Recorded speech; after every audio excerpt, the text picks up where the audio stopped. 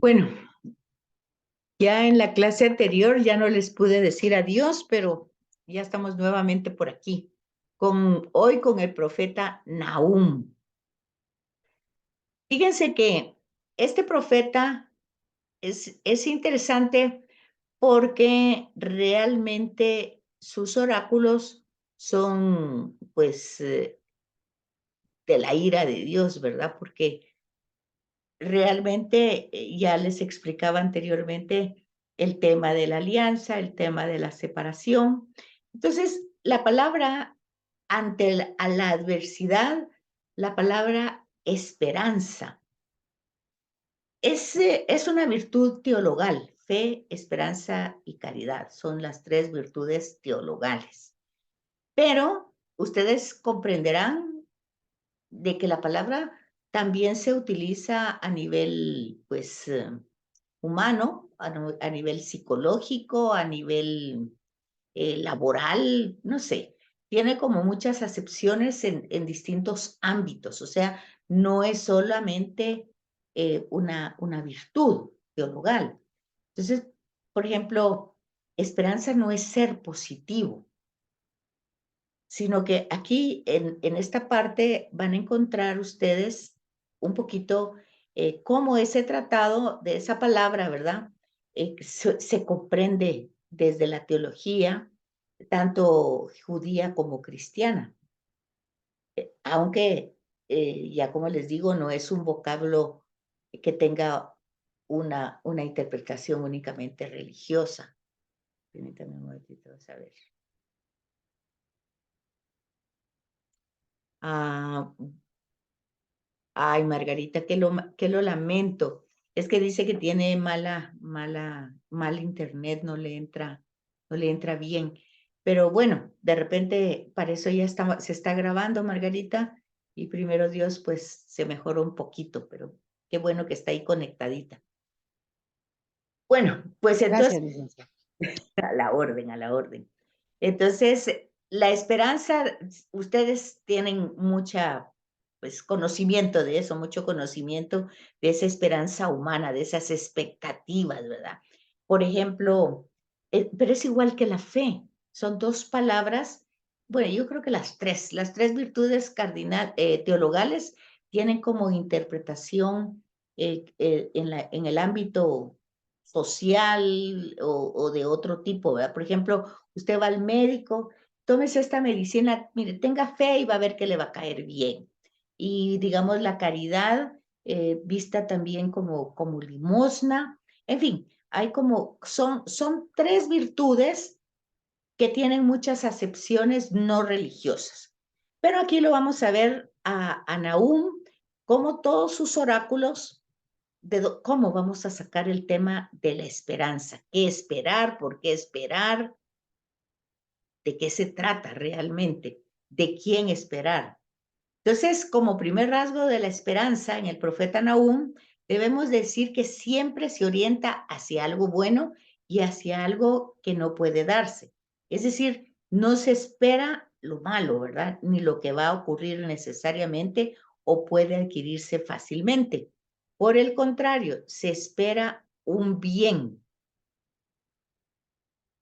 se espera un bien que se va a alcanzar en lo futuro, ¿verdad?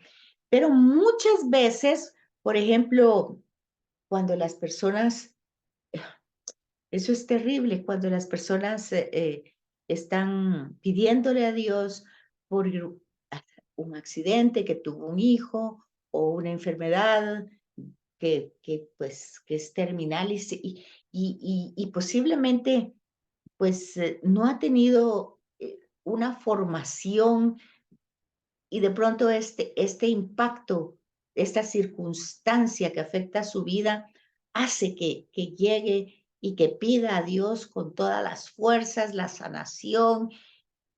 Y muchas veces es gente que va al templo, que está, pues se considera relacionada con Dios y dice, yo tengo esperanza que se va a curar, yo tengo esperanza de que va a salir, aunque ya le han dicho, pues, algún diagnóstico totalmente diferente. Entonces, cuando las cosas no pasan como las esperaba, Generalmente hay reacciones de mucho dolor y de mucha cólera y de pensar que lo que aquí pasa y se dice, pues es mentira, ¿verdad? Porque al final, o en el peor de los casos, pues Dios me está castigando porque algo hice. Entonces, y si uno entra sin entrar, sin ver en el contexto, sin ver la introducción, en este caso de Nahum, sin leer las notas de página y quedarse únicamente con el texto, pues nosotros tendríamos mucha dificultad en encontrar la esperanza en Nahum. Entonces, ¿por qué no fue el tema, no fue un tema de especulación, de ideas, ¿verdad? En el Antiguo Testamento, la esperanza es descrita como la expectación, o sea, como una actitud de espera a las promesas que Dios le hizo a cada uno de los personajes, a Abraham, luego a Jacob, luego a Moisés. O sea, han habido promesas que Dios ha hecho, pero esas promesas también las debemos de entender desde la primera clase que estábamos viendo. Promesas que se nos va de salvación. Por ejemplo, aunque sus pecados sean rojos como la sangre, yo los volveré blancos como la nieve. Esa es una promesa. ¿Y qué quiere decir esa promesa? Pues en Jesús se cumple. No había ni un personaje, hasta los más, cuando entra en la casa de Saqueo, pues considerado el más pecador, pecador, pecador, y entra a su casa, come con él, y Saqueo tiene un cambio. Entonces, aunque sus pecados fueran rojos, es cambiado. Luego el mismo Jesús, asumiendo todo el dolor, todo el pecado y las consecuencias que éste tiene, porque es cierto, Jesús nunca estuvo enfermo, era un joven, pero asumió la enfermedad, la asumió. Entonces lo vemos no enfermo en la cruz, pero lo vemos totalmente desgastado, desnudo, totalmente con una cara que no se le puede reconocer como un leproso, no por la lepra, sino por nuestro pecado. Entonces, vemos toda ese asumir y las promesas luego que surgen de él, que es la gracia. Entonces, en el Nuevo Testamento, la esperanza de eso bueno, arduo y futuro se centra en la persona de Jesucristo y en el hecho de que esa pasión y esa muerte pues tenga como aval, como respuesta de Dios, la resurrección. Entonces, esa es la promesa. Si Él resucitó, dice Pablo, nosotros también. Pero fíjense cuál es el tema. No importa que nuestros pecados fueran tan grandes y nos hubiéramos separado de Dios como el hijo pródigo se va tan lejos de la casa de su padre, pero la promesa es que va a volver y va a ser recibido por amor. Entonces, es importante que nosotros entendamos de qué se trata la esperanza, ¿verdad? La instauración del reino de Dios y la vida que no tiene fin. O sea, no imaginar, sino que de alguna manera confiar, tener la certeza. Esa es la fe. Saber, no, por ejemplo, sentir no, porque a veces no se siente. Saber con certeza que a pesar de mi miseria, Dios camina conmigo. No porque yo tenga méritos, no porque haga algo que así lo merezca, sino por los méritos de Cristo que ha puesto todas esas gracias en los corazones de todos para que vayamos caminando hacia la patria celestial. Pero ese es el sentido que va en el contenido bíblico, ¿verdad? El sentido de la fe, de una virtud que en sí misma, la esperanza, junto con la fe y la caridad, integran lo que son las virtudes teologales y que son gracia, que las debemos de pedir. Entonces, para muchos la esperanza, igual que para los griegos, es consuelo, es decir, Bueno, yo sí creo, no importa lo que esté pasando, pero yo sí creo. Bueno, a veces es como cerrar los ojos, ¿verdad? Para los cristianos es una confianza, es un acto que pone al hombre en camino hacia su meta lejana. Es decir, se puede caer 1000 veces, pero con la ayuda de Dios se levanta 1000 veces porque sabe cuál es su meta. Va a llegar. Y ese es un pensamiento que se ha desarrollado teológicamente por Santo Tomás, por los escolásticos. Escolásticos son de escuelas, ¿verdad? Esa referencia que se va distinguiendo y que distingue al cristiano, pero no porque niegue la realidad o porque ponga en un nivel abstracto lo que está pasando, no porque se va a meter al templo ahí, a estar ahí y va a ignorar lo que está pasando en su casa. Ese no es el sentido. Y el sentido es que confía en Dios, pero hace lo que tiene que hacer. Y las cosas no resultan como pensó o como creyó. Eso no le quita nada a Dios. Es decir, se pide simple y sencillamente, pues, lo que Dios da, la fortaleza, la ayuda para seguir cultivando esa fe.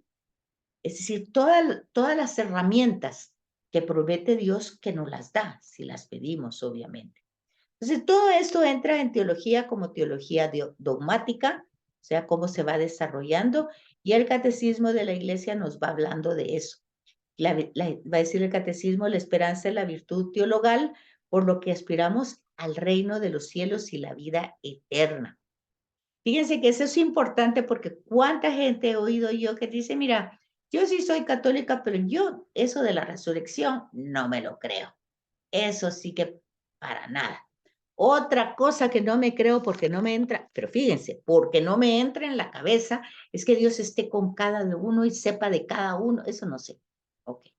Entonces, es algo, una verdad revelada que no puedo meter en mi intelecto, que mi inteligencia tengo que entender, que es pequeña y no puede abarcar el misterio grande de Dios que ha revelado, pero por sus gracias, por su amor, yo creo en esas promesas que Cristo ha hecho, porque en Él se han realizado.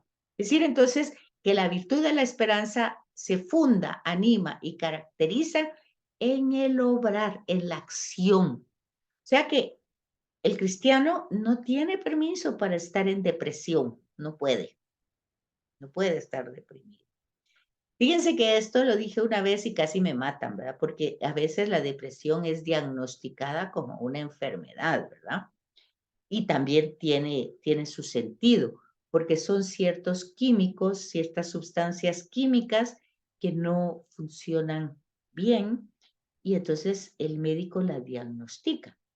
Es una depresión severa, pero entonces también ahí tenemos un sentido cristiano. Es una enfermedad, claro, no es ahí estoy depre, sino que realmente estoy enfermo. Y también en la enfermedad, pues nosotros tenemos esperanza, justamente eso es lo que Jesús revela, ¿verdad? Porque ahí anima de que si yo hago lo que me dicen que tengo que hacer y tomo lo que tengo que tomar, y entonces pues está la esperanza de que supere esa realidad, ¿verdad? Confiar en la omnipotencia de Dios que ha de llevar a buen fin toda su obra creadora por las promesas que ha hecho a todos los antecesores a nosotros, ¿verdad? Y en último sentido, a Jesús. Bueno, pues con Nahum vamos a ver eso. Él va a presentar esta virtud de una manera sistemática. Primero el profeta, la esperanza en el Antiguo Testamento, tenemos que ver ese contexto y luego cómo hoy la podemos trabajar pastoralmente, quiere decir acompañando a las personas, porque no es nada más, y mira, no te preocupes, todo va a salir bien, no te preocupes, tú ánimo, ánimo, positiva, no se trata de eso, hay mucho que decir, porque al final de cuentas el nombre Nahum significa Yahvé consuela, o sea, es el consolado. Para consolar a otro, primero soy consolado yo. Entonces, hay que ver el contexto en que vivió el profeta la caída de Tebas. Tebas en aquel tiempo era la capital de Egipto. Hoy es el Cairo, pero en aquel tiempo estamos hablando 663 antes de Cristo. Y Nínive era la capital de los asirios.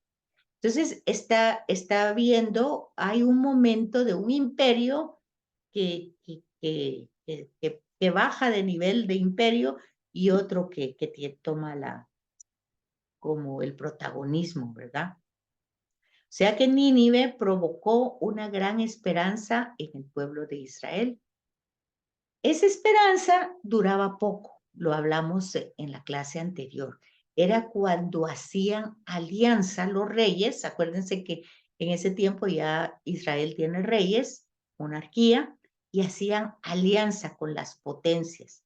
Entonces, Israel había hecho una alianza con Nínive y tenía la esperanza de que duraría, pues les iba a ir bien, siempre que el rey Josías, en este caso, hacía una, pues un convenio, como hoy las embajadas, ¿verdad? Que dialogan políticamente, pues algo así había hecho ante los babilonios. Poquito después, en el año 587, pues y todos los israelitas se van a Babilonia, ¿verdad? Y nada se sabe del profeta Nahum fuera de lo que aquí tenemos en el libro. Eso es importante que ustedes se den cuenta que los profetas no es una profesión, que nacen profetas y mueren profetas, ¿verdad? Sino que es una misión que tienen en un momento a lo que son llamados. Ya vimos anteriormente a Amós, ¿verdad? Que decía, yo no soy profeta, ni hijo de profeta. Yo simplemente soy un agricultor de sicomoros y un pastor. Pero Yahvé me llamó y me dijo, bueno, entonces ahí ven ustedes la vocación, ¿verdad? Es una misión. Si se dan cuenta, eso mismo pasa con el Evangelio. De Jesús no hay una historia, no hay una biografía, no hay una vida, solo está su ministerio. Y claro, a ese ministerio se añade los relatos de la infancia, ¿verdad? Pero ese ministerio de Jesús es importante porque lo que sella el ministerio de Jesús es que fue fiel a su misión hasta la muerte. O sea, Jesús pudo no ir a Jerusalén. De hecho, muchas veces lo quisieron pues tirar de un precipicio, pero él se escabullía. Y cuando dice que va a Jerusalén, le dice, mira, pues si ya sabes que te van a matar, no vayas. O sea, pero nosotros debemos entender el tema de la salvación. Para esto he venido, para esta hora, para salvar a la humanidad. O sea, el compromiso de Jesús directamente con su Padre Dios y con nosotros. Un tema de la alianza que se había hecho anteriormente, Dios y Moisés y luego el pueblo y que desde el principio se rompe. Pues para que haya alianza tienen que haber dos partes. Y Jesús representa a la humanidad pecadora, asume el pecado, se vuelve pecado y esas son las consecuencias del pecado. Entonces, tiene que tomar ese trago amargo que no quisiera, pero al asumirlo, esa es la consecuencia. Pero el tema de la Pascua, el tema de la resurrección, es entonces lo que da verdaderamente el sentido de esperanza a nosotros los cristianos, ¿verdad? Porque el sufrimiento no es sufrir por sufrir, sino que es un dolor asumido que redime y que luego resucita. Es el ejemplo que Jesús da del grano de trigo. Si el grano de trigo no se muere, o sea, hay que enterrarlo, tiene que morir como grano para salir como planta. Bueno, entonces todo esto nosotros lo vemos en el Antiguo Testamento, eh, cómo es la predicación que va dando Nahum. Eh, lo que él dice es que con esa alianza los reinos no van a durar, ni uno ni otro, ninguno de los dos de que hacen la alianza, porque es una alianza hecha sobre el fraude y la violencia. Entonces, fíjense, en el lenguaje, ese fraude y esa violencia, Dios castiga la injusticia. Ok, aquí tenemos la palabra castigo, es un lenguaje, es darle a entender, tienen que volver a entrar a la alianza. Han hecho la alianza de no robar. Entonces, el fraude acompañado de violencia, no robar, no matar.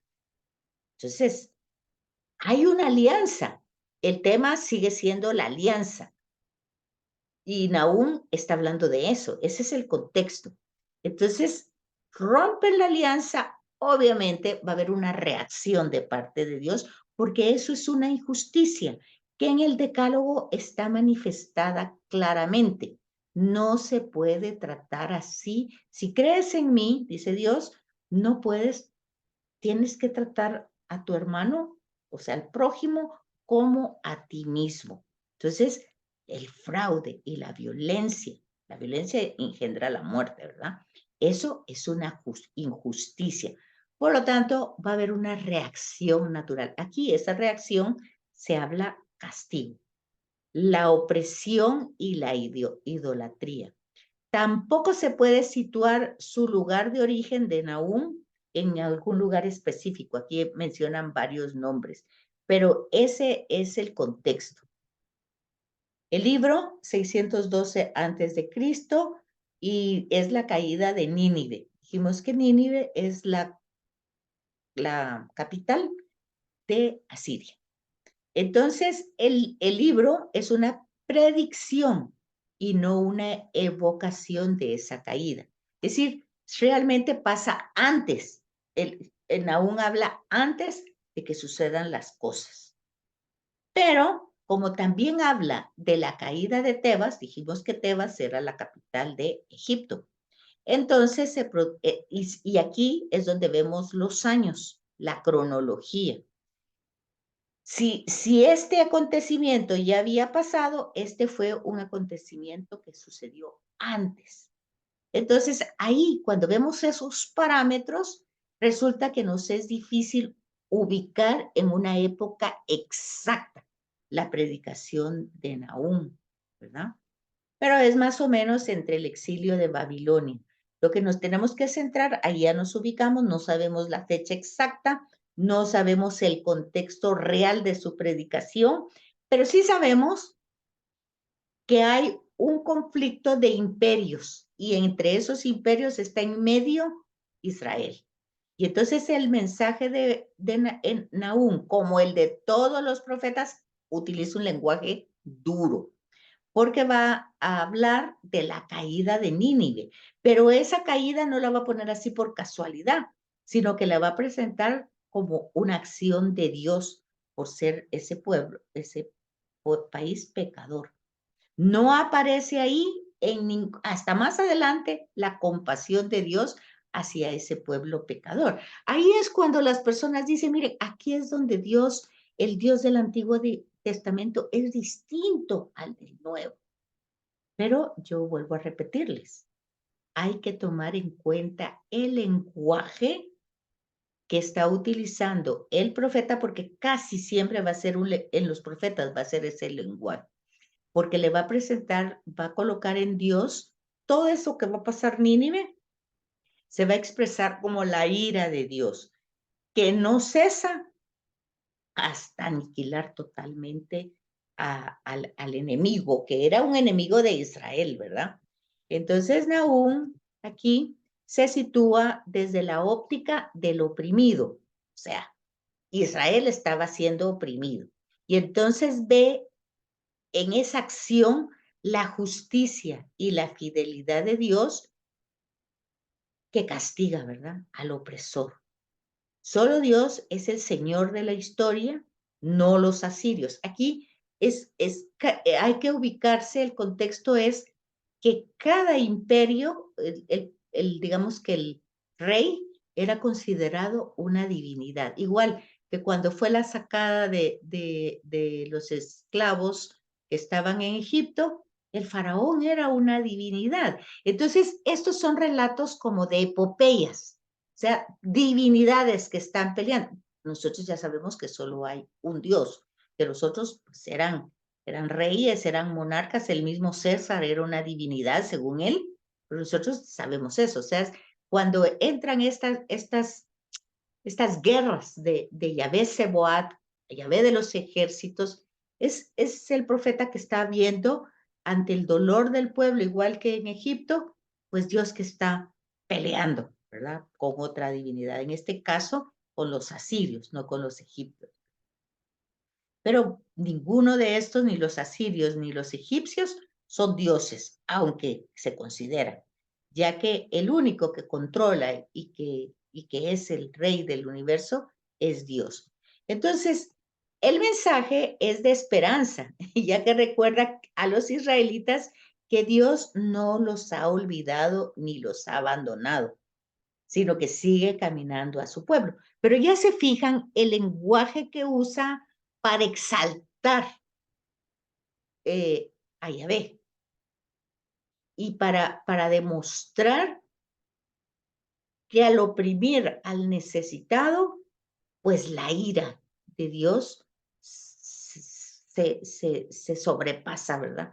Hasta destruir totalmente al enemigo y que éste no va a triunfar nunca. Que así como castigó a Egipto, así castigará a Siria. Entonces, es para demostrar la superioridad, podríamos decir, y el poder. Entonces, tenemos que ver el contenido y el estilo de ese libro. Y ese libro, pues, como está, pues, alabando a Dios que está con el pueblo oprimido, utiliza una serie de himnos y de lamentaciones al final. Es una composición litúrgica, fíjense. Entonces, aquí vemos pues un poco el tema sacerdotal, ¿verdad? Porque siempre que hablamos de liturgia, hablamos de culto. Génesis 1, un himno litúrgico. Aquí vemos himnos litúrgicos para celebrar, fíjense, aquí se celebra la caída de Nínive, o sea, la caída de la capital de los asirios. Y más que ser una profecía, pues ya ven, es un himno de alabanza, de alabar que Dios está del lado del oprimido y está en contra del opresor. Es una protesta muy fuerte contra los asirios que atropellaron las leyes de los pueblos, no solo de Israel, y la dignidad de los hombres. Nahum ve el consuelo de Dios sobre su pueblo Israel en la destrucción de los enemigos que ha tenido Judá. Sin duda, luego vendrán profetas que traerán el planteo de una salvación universal más conciliadora. O sea, que aquí vemos nosotros el proceso de una revelación que no está plena, ¿verdad? Aquí no hay una conciliación, no hay una compasión, sino que el profeta, pues como quien dice, está feliz, está agradecido, alabando a Dios porque está destruyendo al enemigo. En Jesús vamos a ver algo totalmente diferente. Pero, ¿por qué? Porque es distinto el Dios del Antiguo Testamento al Nuevo Testamento. ¿Dónde encontramos aquí la unidad y el hilo conductor? Bueno, en primer lugar, Dios es fiel a su promesa y ha prometido estar con el pueblo y está. El tema de Nahum, que quiere exaltar esa presencia de Yahvé, pero para hacerla magnánima, pues ve con, ¿qué dijera yo? Con alegría la destrucción del enemigo, pues es exactamente igual que la salida de Egipto, destruyendo a los egipcios, ¿verdad? Y Moisés con brazo, pues el brazo fuerte es de Dios a través de Moisés. Entonces, hay un acróstico, el libro empieza con un acróstico, o sea, un salmo alfabético, que no se termina todo el acróstico con las letras hebreas, ¿verdad? Es el Salmo 18, del 8 al 16. La lucha de Dios contra el caos y sus grandes proezas. Es un poco también el himno de Génesis. En los himnos litúrgicos son así. O sea, en Génesis Dios está peleando contra el caos, la oscuridad, y está dando la vida y está poniendo el orden. Entonces aquí contra los enemigos, antes contra los egipcios, en fin, ahí vamos viendo esa lucha, son epopeyas, son historias de grandes proezas. Y pues ahí se habla la ira del Señor, cómo actuó con ira. En otros lugares el Salmo va a decir como un búfalo ahí que va rugiendo, va a poner esas imágenes, pero no sé si me doy a entender, que lo quiere causar como lo contrario, ver cómo Dios está del lado del oprimido. ¿Cómo ven eso? ¿Lo captan, no lo captan, se pierden? Díganme. ¿Aló? Tal vez, No, tal vez licenciada. ante todo Dios está pensando solo en la justicia. Dios está hablando de justicia. Bueno, el profeta le está haciendo ver al pueblo la presencia de la justicia de Dios, pero eso hay que matizarlo, porque es que miren, si nosotros entendemos mal este texto, es cuando nosotros decimos a alguien que nos hizo daño, bueno, Dios la va a castigar porque aquí dice en esto que la va a castigar porque hizo tal cosa y entonces es una injusticia. No sé si logran captar ustedes el sentido. El sentido es que es una epopeya, que son himnos litúrgicos, que están alabando la presencia de Dios, ciertamente que es justo, pero que de alguna manera, para hacer eso, pues hay una palabra, eh, eh, enaltece grandemente la cólera, la ira, la venganza de Dios, pero es para que el pueblo tenga la esperanza y la confianza de que Dios está con él. Es como la evidencia, es igual que todo lo que hemos visto en el Antiguo Testamento de Moisés, que para que el pueblo sepa que está ahí presente, Dios está actuando, y el mar rojo que se abre, los egipcios que se quedan ahí. Entonces, ven ustedes todo ese proceso en la historia. Sí, José, ayúdeme un poco a ver si me captan. Sí, licenciada, yo lo estaba tratando de entender como, o sea, pues suena contradictorio después de que hemos venido hablando, pues que Dios es amor y ver a un Dios iracundo. Entonces, tal vez se podría entender como la vehemencia con la cual Dios va a atacar el mal o va a tratar de reducir el mal y va a proteger el bien o va a proteger al bueno.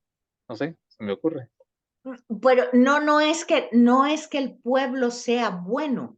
El pueblo ha fallado y ha hecho una alianza con imperios que no tenía que ser. El pueblo ha fallado, pero la esperanza no es que Dios está con ellos porque sean buenos, es porque Dios lo prometió. O sea, sí me comprende. O sea, la esperanza en Nahum ante esta epopeya y este himno y estas narraciones de estos géneros literarios que estamos hablando anteriormente, que es importantísimo entenderlos para no dar esa interpretación literal de un Dios vengativo, iracundo, castigador, que utiliza todo ese lenguaje, pero comprender a través de este relato contradictorio, ciertamente contradictorio en el lenguaje, pero claro en el contenido que estamos hablando. Dios ha elegido a un grupo de gente no porque sean buenos. Hicieron un becerro, negaron su presencia, se quejaron toda la vida, pero Dios los eligió así y prometió estar con ellos. Yo seré su Dios, ustedes serán mi pueblo.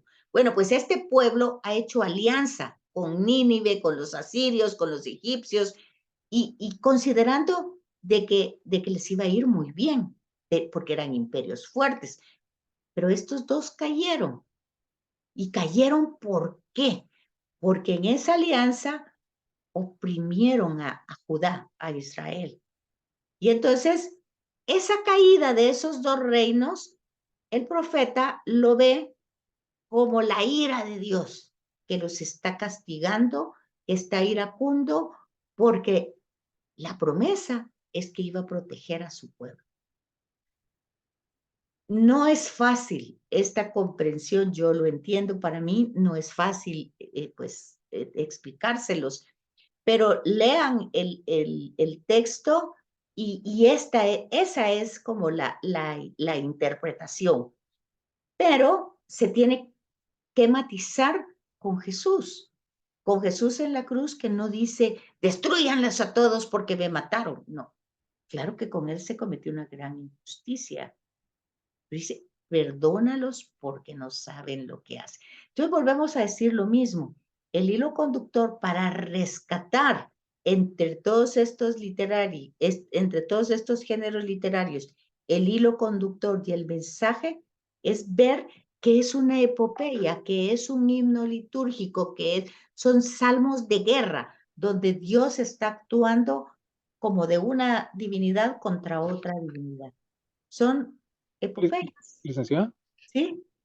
en ese sentido, digamos, se me viene a la mente el pasaje de la expulsión de los mercaderes del templo, digamos, que, o sea, Jesús pues no estaba pues como tomando esto como algo personal, pues de querer destruir a una persona de forma individual, sino él eh, muestra pues, o reacciona de esa forma por el celo que él tiene por el templo y por las malas acciones que se estaban cometiendo dentro. Entonces, él está contra esas Pero malas acciones. no es tanto por el templo, es que el templo, lo que significaba para Israel era la presencia misma de Yahvé.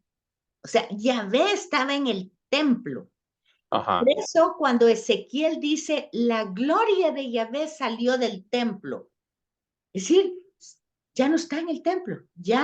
Antes de que se vayan al exilio, Ezequiel dice, la gloria de Yahvé, yo vi cuando la gloria de Yahvé salió del templo. ¿Y saben ustedes a dónde se fue la gloria de Yahvé? A Getsemaní. Fíjense. Y fíjense que ahí es donde uno ve el hilo conductor, porque la gloria de Yahvé se recuperó en Getsemaní. ¿Cómo se recuperó?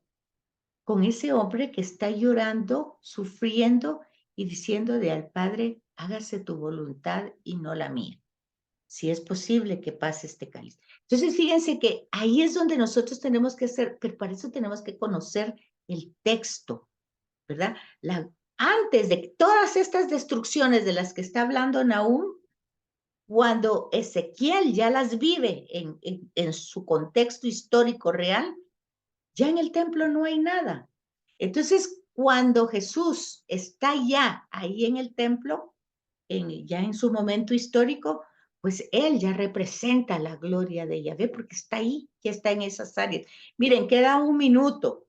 No sé si se van a conectar, si ustedes van a leer. Aquí tienen el contenido del libro. Es chiquito, son 3 capítulos. Entonces está la ira del Señor, la profecía y la caída. Entonces, no sé.